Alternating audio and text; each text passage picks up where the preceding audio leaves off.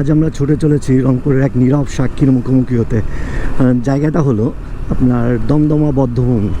1971 সালে পাকিস্তানি হানাদার বাহিনী এই জায়গাতেই চালিয়েছিল এক বিভীষিকাময় হত্যাযজ্ঞ। তো চলুন যাওয়া যাক সেই ইতিহাসের জায়গায়, একটু ঘোরাঘুরি করব ইতিহাসের জায়গাটা, আর আপনাদেরকেও দেখাবো সেই ইতিহাসের জায়গাটা। রংপুর শহর থেকে 10 থেকে 15 কিলোমিটার দূরে এই দমদমা বধ্যভূমি। তো আপনারা বাইকে চড়ে আসলে 15 থেকে 20 মিনিটের মতো লাগবে, আর অটোতে চড়ে আসলে আধা ঘন্টার মতো লাগবে। তো বাইকে চড়ে যাওয়ার সময় আশেপাশের প্রকৃতি যতই শান্ত মনে হোক না কেন, এখানকার মাটির নিচে লুকিয়ে আসছে কান্না আর রক্তের গল্প। তো প্রায় কাছাকাছি চলে যাচ্ছি সেই দমদমা বধ্যভূমির। তো যাওয়া যাক সেখানেই।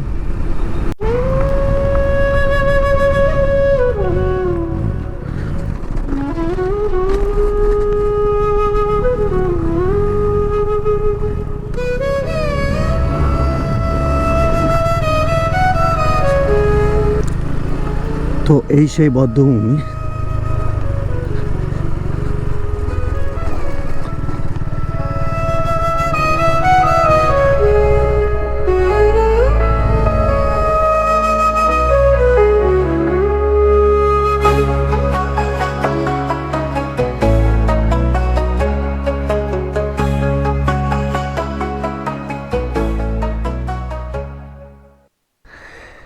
স্থানীয়দের মতে এই স্থানে একদিনে শত শত মানুষকে ধরে এনে গুলি করে হত্যা করা হয়, আবার অনেককে জীবন্ত কূপের মধ্যে ফেলে দেওয়া হয়। তাদের দোষ ছিল, তারা স্বাধীনতার পক্ষে ছিল।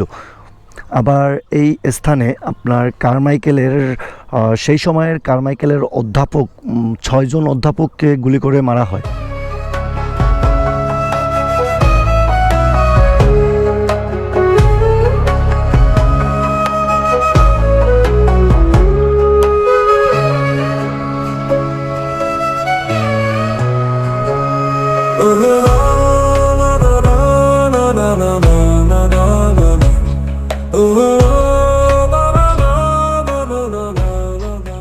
মুক্তিযুদ্ধ 1971 সালে মুক্তিযুদ্ধ চলাকালীন সময়ে পাকিস্তানি হানাদার বাহিনী ও রাজাকারদের সহায়তায় এই দমদমা এলাকায় চালানো হয় এক গণহত্যা।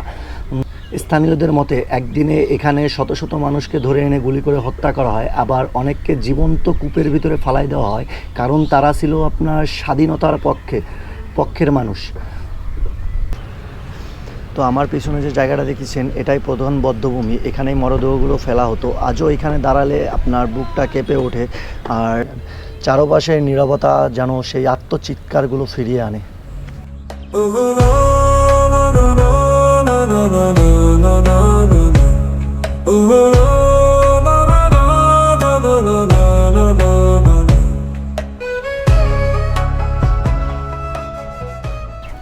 এই জায়গাগুলোই আমাদেরকে মনে করিয়ে দেয় স্বাধীনতা একদিনে আসেনি, এর পিছনে রয়েছে হাজারো প্রাণের আত্মত্যাগ। আমরা যেন তাদের ভুলে না যাই, আর আমরা যেন তাদের রক্তের সম্মানটা করি।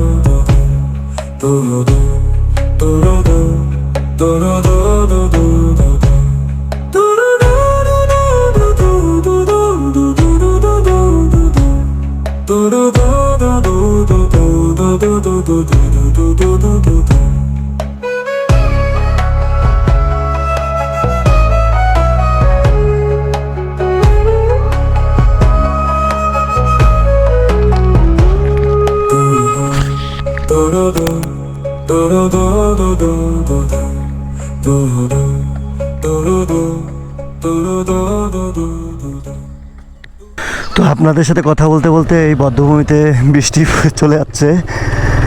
এখন আকাশের অবস্থা বলা যাচ্ছে না বর্তমানে, যে কখন বৃষ্টি আসতেছে কখন যাচ্ছে। তো যাই, কোথাও দাঁড়াই, নাহলে ভিজে যাচ্ছি একদম। ও মাই গড।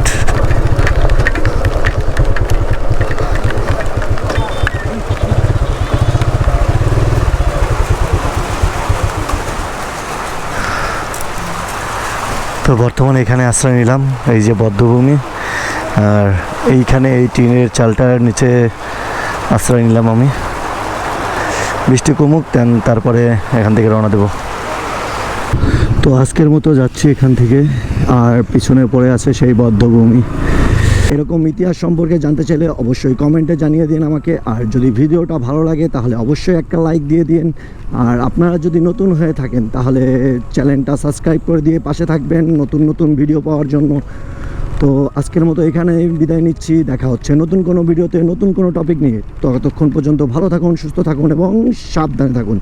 আমার জন্য দোয়া করিয়েন। টাটা, আল্লাহ হাফেজ। বৃষ্টির দিনে এই গ্রামের প্রকৃতি আরও সৌন্দর্য লাগে।